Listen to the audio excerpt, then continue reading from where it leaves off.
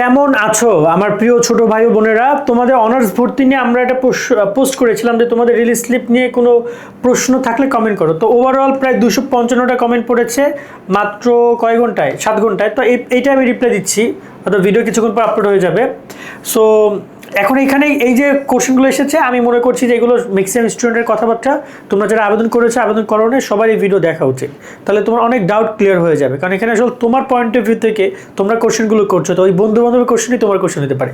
নিয়মিত আপডেটগুলো পেতে সাবস্ক্রাইব ফলো করা মাস্ট। শোভন ভাই কানেক্টেড থাকো আমাদের সাথে, সব আপডেটগুলো পাবা। জারিন কোশ্চেন করছে যে রিলিজ স্লিপে 3 নম্বর কলেজে চয়েস একটা দিলাম, অন্য একজন সেই একই কলেজ 1 নম্বরে রেখে দিল, কিন্তু ভর্তি পরীক্ষায় বা জিপিএতে আমার স্কোর তার থেকে বেশি। মূল কথা হচ্ছে যে তোমার থেকে একজন ভালো করছে, কিন্তু সে দিয়েছে 1 নম্বরে, তুমি দিচ্ছ 3 নম্বরে। এখন কাকে নিবে?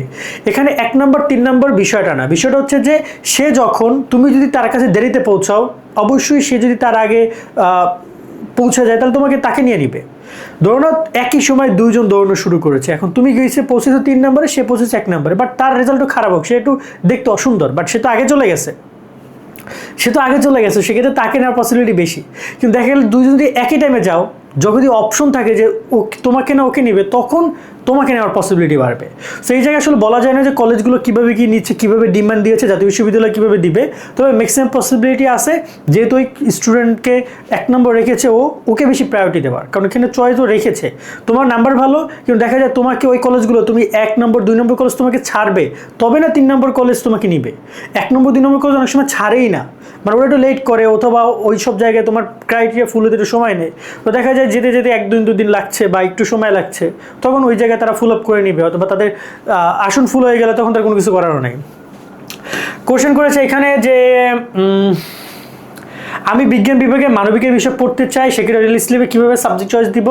দেখো, তুমি বিজ্ঞান বিভাগে মানবিক বিভাগে পড়তে চাইলে সিম্পল কথা, তোমার যে সাবজেক্টগুলো আছে মানবিকে, সেগুলো চয়েস করো, এইটুকু, আর কিছুই না। এখানে স্পেশাল কোনো কিছু না, যেগুলো আসন সংখ্যা বেশি সেগুলোকে বেশি প্রায়োরিটি দেওয়ার ট্রাই করো। সাদিয়া প্রশ্ন করছে 5টা কলেজ চয়েস দেওয়ার পর যদি ফার্স্ট কলেজ যে কোনো একটা সাবজেক্ট আসার পরে কি পরের কোনো সাবজেক্ট কলেজ আসবে নাকি একটা আসার পর আর কোনো কলেজ আসবে না? বিষয়টা একদম সিম্পল। যখনই তোমার একটা কলেজ একটা সাবজেক্ট চয়েস করে ফেলবে, তখন ওর পিছনে যা আছে ওটা সব ডিসমিস হয়ে যাবে। ডিসমিস মানে বুঝো তো? সো একদম গায়েব হয়ে যাবে।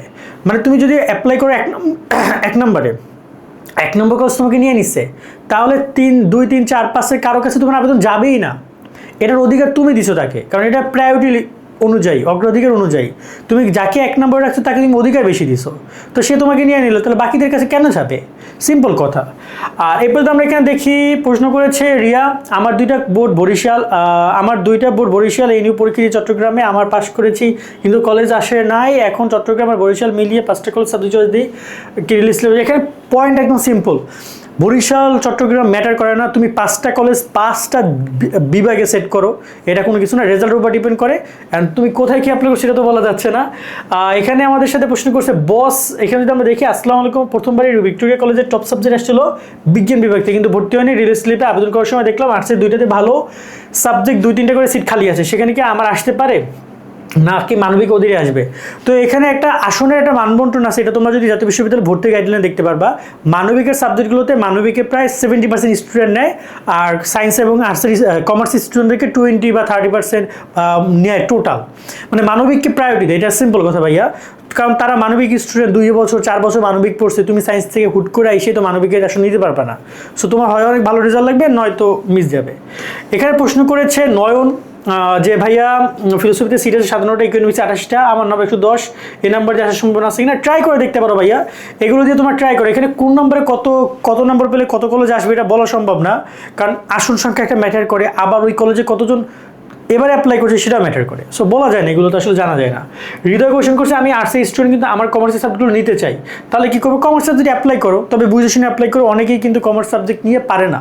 কমার্স মানে ফুল বিবিএ, ফুল ম্যাথ, ওখানেও হিউজ ম্যাথ আছে, প্রচুর চাপ আছে। ওকে, এখানে আরা প্রশ্ন করছে যে ফার্স্ট রিলিজ স্লিপে আবেদন করছি, এখন কি আবেদন বাতিল করে কি আবার রিলিজ স্লিপে আজকে আবেদন করতে পারবো? তোমার আবেদন বাতিল করাটা ইজি না, সেটার জন্য যেতে হবে জাতীয় বিশ্ববিদ্যালয়ের ওয়েবসাইটে, তারা হয়তো তোমাদের আবেদন করে দিতে পারে, বাট জাতীয় বিশ্ববিদ্যালয় মেইন বিশ্ববিদ্যালয় তারা হয়তো বাতিল করে দেবে, তখন তুমি আবেদন করতে পারবা। ওকে, এখানে আমাদের সাথে নাহিদ প্রশ্ন করছে ভাই 5টা কলেজে আবেদন করা লাগবে নাকি 3টা করলে হবে? 5টা যতক্ষণ পর্যন্ত তুমি সিলেক্ট করবো ততক্ষণ পর্যন্ত তোমার আবেদন সাবমিটই হবে না। তো 5টা মাস্ট, মানে এখানে কম বেশি সুযোগ নেই। ওকে, এখানে প্রশ্ন করছে আনান যে ভাইয়া আমি কলেজে আবেদন করেছি কিন্তু যে কলেজে দিব বা যে সাবজেক্ট দিব সেই কলেজে সিট নেই, তাহলে কি সাবজেক্ট 2টা বা 3টা দিলে হবে 5টা জায়গায়? হ্যাঁ দাও, তোমার ইচ্ছা, তুমি একটা একটা করে সাবজেক্ট চয়েস করে 5টা কলেজে 5টা সাবজেক্টও তুমি সিলেক্ট করতে পারো, ইচ্ছা তোমার, এখানে কোনো সমস্যা নাই। রাজিয়া প্রশ্ন করছে ভাই একটা কলেজে টোটাল কয়টা সাবজেক্টে চয়েস দেওয়া যায়? যতগুলো সাবজেক্ট আসন ফাঁকা আছে ততগুলো সাবজেক্টে, তোমার ইচ্ছা, 15টা পর্যন্ত অ্যাক্সেস আছে তোমার। এখানে সুলতানা প্রশ্ন করছে 5টা কম সাবজেক্টে চয়েস দিলে কোনো সমস্যা আছে? সাবজেক্ট 5টা কেন, তুমি একটা দিতে পারবা, সাবজেক্ট এখানে ইস্যু না, কলেজ ইস্যু, কলেজ 5টা দেওয়া লাগবে, এটা হচ্ছে কথা। পারভিন প্রশ্ন করছে সবগুলো মিলে কি 15টা সাবজেক্ট নাকি একটা কলেজে? একটা কলেজে 15টা সাবজেক্ট।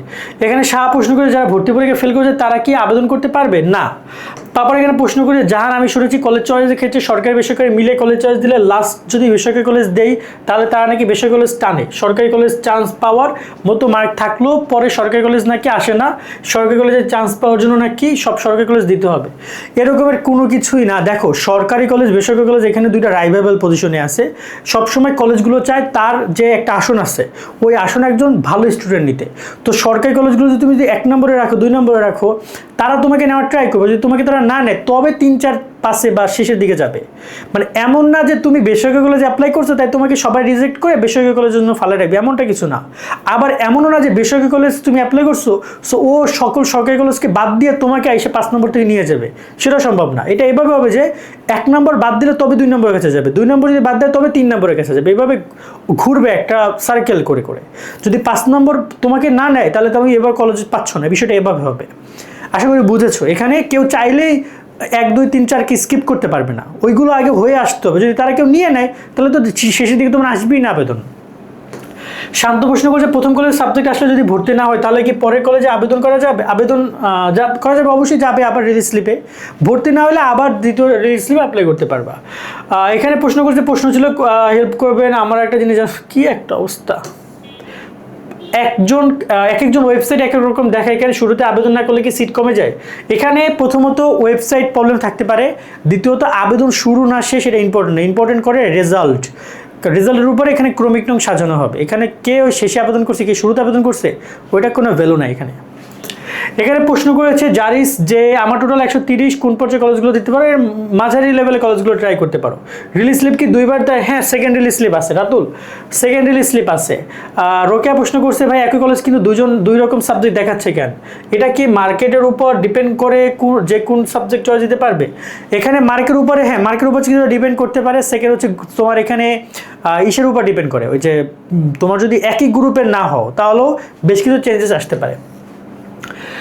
2 জেলা কলেজে মিলে দেওয়া যাবে? 2 জেলা কেন, তুমি চাইলে পুরো বাংলাদেশ মিলে কলেজ চয়েস দিতে পারবা।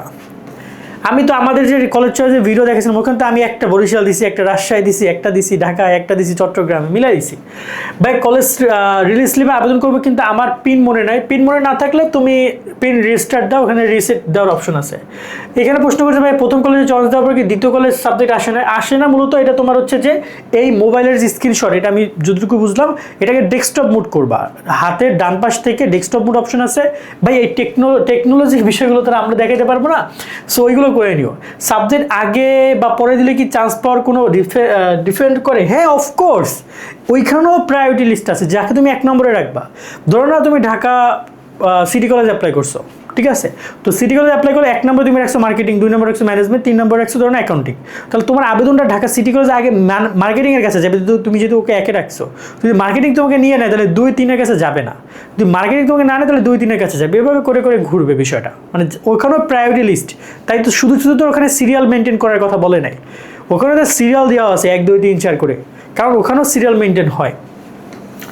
এখানে প্রশ্ন করেছে কি আরব নূর, আমি নিউ গভর্নমেন্ট ডিগ্রি কলেজে দর্শন বিভাগে ভর্তি হয়েছি, আমি অ্যাডমিশনের অন্য সাবজেক্ট, তাহলে কি আমার ওই সাবজেক্টে ভর্তি হয়ে গেলে 1 বছর লস হবে? লস হবে না, তুমি তো এখন ভর্তি ক্যান্সেল করে আবার নতুন করে ভর্তি হও তাহলে ঠিকঠাক থাকবে, বাট এখানে তো ডাবল ভর্তি সম্ভব না ভাইয়া।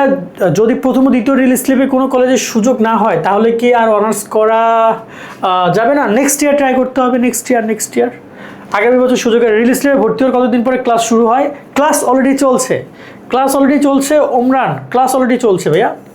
তারপর এখানে প্রশ্ন করছে ভাই রিলিজ স্লিপ, ভাই রেজাল্ট কীভাবে দেখা যাবে আর কবে দিবে? রেজাল্ট এই জুলাই মাসের শেষের দিকে দিবে, রেজাল্ট দেখার ওই সব কিছু আমি তোমাদেরকে বলে দিব। রিলিজ স্লিপ কি একবারে আবেদন হয় নাকি দুইবার হয় ভাই? একবার যদি তোমরা চান্স না পাও তবে দ্বিতীয়বার যাবে। রিলিজ স্লিপে 5টা কলেজে আবেদন করার পর ওই কলেজে 5টার একটা চেঞ্জ করে অন্য কলেজ দিতে চাই, এটা কি দিতে পারবো? একবার আবেদন সাবমিট করলে আর চেঞ্জ করা যায় না ভাইয়া। প্রথম কলেজে প্রথম সপ্তাহের সিট আমাকে অনেক খালি আছে, তাহলে আমি ওই সাবজেক্টে ভর্তি হতে পারবো না? তুমি পারবা কি পারবে না ম্যাটার করে না, তারা যদি তোমাকে নেয় তাহলে তুমি ভর্তি হতে পারবা। অনেক কোশ্চেন, কত কোশ্চেন অ্যান্সার দিব, যতটুকু পারলাম দিলাম। সকলে অনেক অনেক ভালো থাকবা। আর সামনে আরও যদি কোনো কোশ্চেন থাকে কমেন্ট করো, তোমাদের বন্ধু বান্ধব যারা আছে ওরা রিপ্লাই দিয়ে দিও। ভালো থাকবে সকলে, আল্লাহ হাফেজ।